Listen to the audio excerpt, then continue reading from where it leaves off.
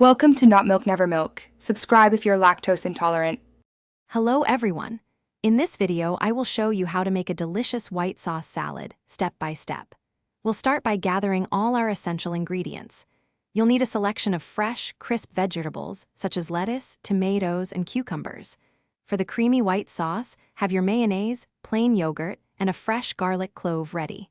Making sure everything is chilled will give your salad the perfect, refreshing touch. Let's get started on this simple and delightful recipe. Now that we have our ingredients, let's prepare the vegetables. First, wash and thoroughly dry all your produce. This is crucial for a fresh salad.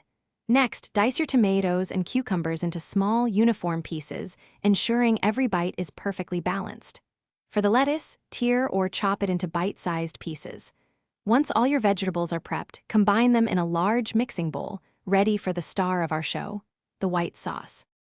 It's time to create our signature white sauce.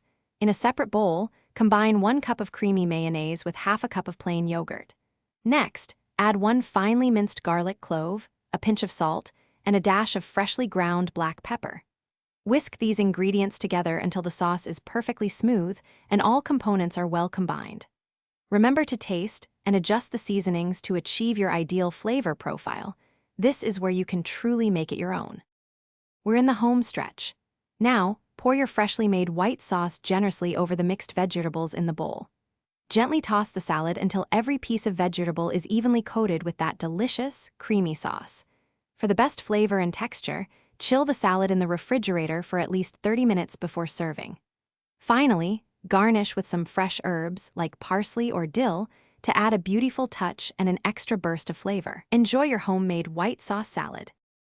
Thanks for watching. If this was helpful, leave a like and consider subscribing. See you next time.